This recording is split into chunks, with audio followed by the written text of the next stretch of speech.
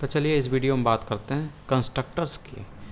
तो जावा में कंस्ट्रक्टर्स क्या होते हैं? तो कंस्ट्रक्टर स्पेशल मेथड होते हैं जिनका काम होता है ऑब्जेक्ट के जो एट्रीब्यूट होते हैं उनको इनिशियलाइज करना या उनको वैल्यू सप्लाई करना। और ये तभी कॉल होता है क्योंकि ये स्पेशल मेथड होता है, तो ये तभी कॉल होता है जब ऑब्जेक्ट का क्रिएशन होता है। जैसे ही आप ऑब्जेक्ट बनाते हैं वैसे ही ये स्पेशल मेथड कॉल हो जाता है और ऑब्जेक्ट के अंदर जो एट्रीब्यूट होते हैं उनको इनिशियलाइज कर देता है, उनको वैल्यू सप्लाई कर देता है। इसके अलावा कुछ चीज़ें आपको याद रखनी है, वो ये कि इसका जो नेम होता है वो आपका क्लास नेम से मैच होना चाहिए, यानी कि कंस्ट्रक्टर मेथड का नाम और क्लास का नाम दोनों का सेम नेम होना चाहिए। जैसे यहाँ पर मेन है, क्लास है, वही यहाँ पर मेन मेथड है, तो ये मेन स्पेशल मेथड है जिसको कंस्ट्रक्टर हम लोग बोलते हैं। और इस कंस्ट्रक्टर का यानी कि जो मेन कंस्ट्रक्टर है इसका कोई रिटर्न टाइप भी नहीं होता है, यानी ये जो स्पेशल मेथड होता है इसका कोई रिटर्न टाइप नहीं होता है। अब देखिए यहाँ पर इस कंस्ट्रक्टर के अंदर इसने क्या कर रखा है, चूँकि स्पेशल मेथड होता है तो इसके अंदर इसने दे रखा है x=5, मतलब x में इसने 5 वैल्यू स्टोर करके रखी है। तो ये कैसे एक्टिवेट होगा? जैसे ही आप यहाँ पर ऑब्जेक्ट बनाते हैं, माई ओबीजे नाम का ऑब्जेक्ट बनाया, तो इसके बनते ही आपका ये ऑटोमेटिक कॉल हो जाता है, मेथड कॉल हो जाता है। ठीक है, यहाँ पे जो आपको दिख रहा है ये कंस्ट्रक्टर ही होता है। ठीक है, ये कंस्ट्रक्टर को ही इशारा कर रहा है, ये कंस्ट्रक्टर ही होता है, इसकी वजह से ये कॉल हो जाता है। इसमें जो x है वो उसमें 5 इनिशियलाइज हो जाता है। और x है क्या? x असल में इस मेन क्लास का ही एक एट्रीब्यूट है, तो इसकी मदद से इस x में 5 वैल्यू स्टोर हो जाती है। तो इस तरीके से ये जो क्लास है इसके एट्रीब्यूट को इसने मेन जो कंस्ट्रक्टर है उसने इनिशियलाइज कर दिया। ठीक है, तो यहाँ से एक प्रकार की कंस्ट्रक्टर की कॉलिंग होती है। ठीक है, यानी कि ये किसका हिस्सा है? ऑब्जेक्ट बनाने का हिस्सा है, लेकिन असल में ये कंस्ट्रक्टर की कॉलिंग हो रही है।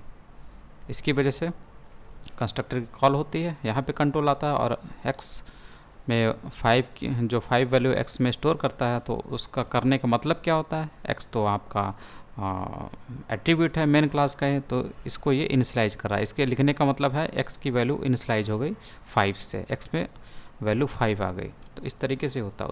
उसके बाद इस ऑब्जेक्ट के ज़रिए इस क्लास के एट्रीब्यूट को एक्सेस कर लिया जाता है myobj.x लिख कर।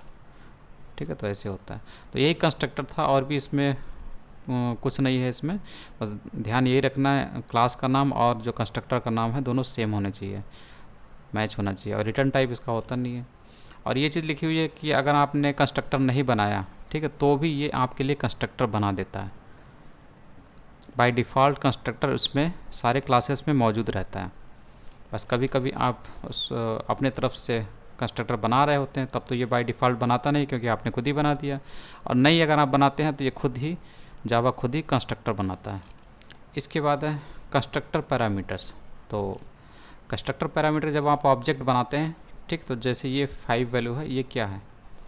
कोई ना कोई यहाँ वैल्यू सेंड कर रहे हैं, तो यहाँ पर आपने ये जो कंस्ट्रक्टर बनाया है तो ये y क्या है? एक पैरामीटर है, तो ये रिसीव कर रहा है इस 5 वैल्यू को। यहाँ से कंस्ट्रक्टर की कॉलिंग हुई, यानी कि ऑब्जेक्ट आपने बनाया माई ओबीजे, ठीक है, तो इससे जो है कंस्ट्रक्टर की कॉलिंग हुई, तो ये 5 वाली वैल्यू जो है यहाँ पर जाएगी, और इस मेन कंस्ट्रक्टर में 5 जो y की वैल्यू जो कि 5 है, जो कि यहाँ से पहुँची यहाँ पर, वो जाकर इस x में स्टोर हो जाती है। और x में स्टोर होने का मतलब है कि मेन में जो x नाम का एट्रीब्यूट है वो इनिशियलाइज हो गया। इस तरीके से होता है। तो वही लिखा हुआ है कि आप कंस्ट्रक्टर में पैरामीटर सप्लाई करके जो क्लास है उसके एट्रीब्यूट को इनिशियलाइज कर सकते हैं। ठीक, जैसे यहाँ पर इसने किया। और you can have as many parameters as you want. अब जितने चाहे पैरामीटर्स वहाँ पे सप्लाई कर सकते हैं। ठीक है, जैसे यहाँ पर इसने 2 बनाए हैं, 2 एट्रीब्यूट बनाए हैं इस क्लास के, 2 फील्ड हैं। ये एक फील्ड है जिसमें एट्रीब्यूट है जिसमें इंटीजर टाइप की वैल्यू है, दूसरा स्ट्रिंग टाइप की वैल्यू है इसमें। ठीक है, तो दोनों को इनिशियलाइज कर रहा है कंस्ट्रक्टर के माध्यम से। तो यहाँ पर इसने कंस्ट्रक्टर बनाया, कंस्ट्रक्टर का नाम और क्लास का नाम दोनों का सेम होता है, आपको तो पता है। और ये जो कंस्ट्रक्टर मेथड है इसका कोई रिटर्न टाइप भी नहीं होता, इसलिए रिटर्न टाइप लिखा नहीं है यहाँ पर, लेकिन यहाँ पर पैरामीटर ज़रूर लिखे हुए हैं, क्योंकि इन्हीं पैरामीटर के ज़रिए ये जो आपके एट्रीब्यूट हैं, यानी कि जो वेरिएबल हैं इस मेन क्लास के, जो मेंबर वेरिएबल हैं, इनको इनिशियलाइज किया जा रहा है। कैसे इनिशियलाइज करेगा? जब यहाँ पर ऑब्जेक्ट बनाया जाएगा सबसे पहले, तो यहाँ पर वैल्यू सप्लाई होगी, इस कंस्ट्रक्टर, ये कंस्ट्रक्टर की कॉलिंग ही है, तो यहाँ से वैल्यू सप्लाई होगी, तो ये वाली वैल्यू यहाँ पे आएगी और ये वाली वैल्यू यहाँ पर आएगी, ठीक है। उसके बाद ये यहाँ पर आएगा और ये वाली वैल्यू यहाँ पर आएगा, तो अल्टीमेटली ये जो वैल्यूज़ हैं इनको मिल जाएंगी, इन दोनों जो वेरिएबल हैं इनको मिल जाएंगे। और ये हैं क्या? इस मेन क्लास के एट्रीब्यूट हैं, फील्ड हैं या वेरिएबल हैं। इसका मतलब ये हुआ कि फाइनली ये दोनों जो वेरिएबल हैं ये माइकार ऑब्जेक्ट के लिए अब काम करेंगे, क्योंकि इन्हें माइकार ऑब्जेक्ट की मदद से इनिशियलाइज कर दिया गया है।